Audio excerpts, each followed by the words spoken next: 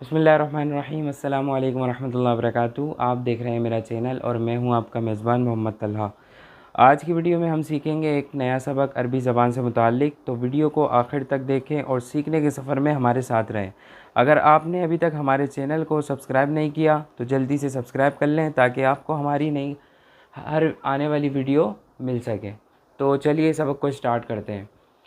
तो आज का जो सबक है वो मैं आपको बताऊंगा लफ्ज़ माँ। जैसे अरबी में आपने सुना भी होगा माँ हाज़ा, और कुरान पाक में भी आपने पढ़ा होगा। तो लफ्ज़ माँ बहुत मरतबा आया है। तो लफ्ज़ माँ की तरफ चलते हैं। ये लफ्ज़ माँ जो है ये एक सवालिया जुमला होता है, जिसे हम क्वेश्चन बोलते हैं ना, क्वेश्चन वर्ड्स होते हैं। तो उसको हम बोलते हैं कि इसके ज़रिए से किसी चीज़ के मुतालिक सवाल करते हैं। मिसाल के तौर पर आपके सामने कोई चीज़ है, आपको अरबी में उस चीज़ के मुतालिक सवाल करना है कि ये क्या चीज़ है। तो आप अरबी में उसको कन्वर्ट किस तरह करेंगे? लफ्ज़ माँ के ज़रिए से करेंगे। बाकी पिछले असबाक में हम लोग पढ़ चुके हैं लफ्ज़ हाज़ा और हाज़िही पढ़ चुके हैं। हाज़ा मैंने बताया था कि नर यानी मेल के लिए इस्तेमाल होगा, और हाज़िही जो है वो फ़ीमेल के लिए इस्तेमाल होगा। तो ये फ़र्क तो आप समझ चुके हैं। बस हमने आज की क्लास में समझना है कि क्वेश्चन किस तरीके से करेंगे।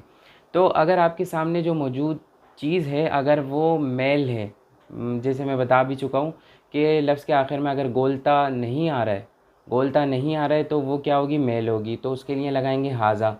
और अगर लफ्ज़ के आखिर में गोलता आ रहा है तो फिर क्या लगाएंगे? हाज़ी लगाएंगे।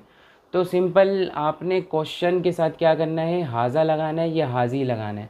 जैसे मिसाल के तौर पर आपके सामने है दरवाज़ा, आपने सवाल करना है ये क्या है। तो आप अरबी में कैसे बोलेंगे? माँ हाज़ा बोलेंगे, माँ हाज़ी ही नहीं बोलेंगे।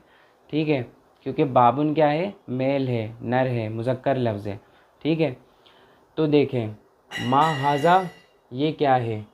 लफ्ज़ माँ हाज़ा का क्या मतलब है? ये क्या है। सही है। तो जवाब में क्या आएगा? हाज़ा बाबुन। हाज़ा का क्या मतलब है? पढ़ चुके हैं आप ये।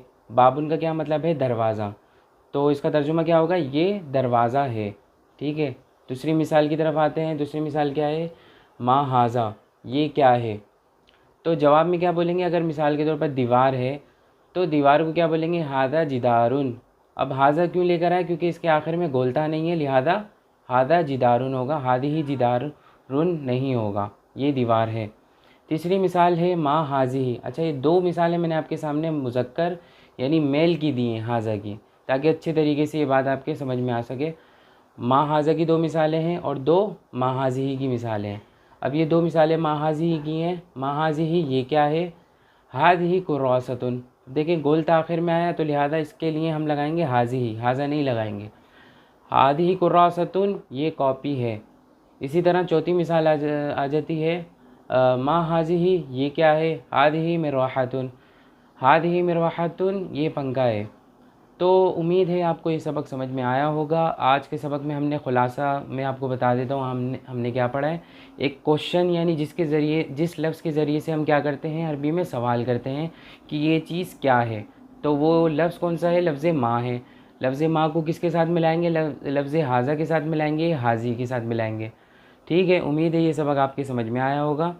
अगर आपको ये सबक समझ में नहीं आया या कि कोई ना कोई सवाल आपके जहन में रह गया है तो आप मुझसे कमेंट्स में रब्ता कर सकते हैं और पूछ सकते हैं।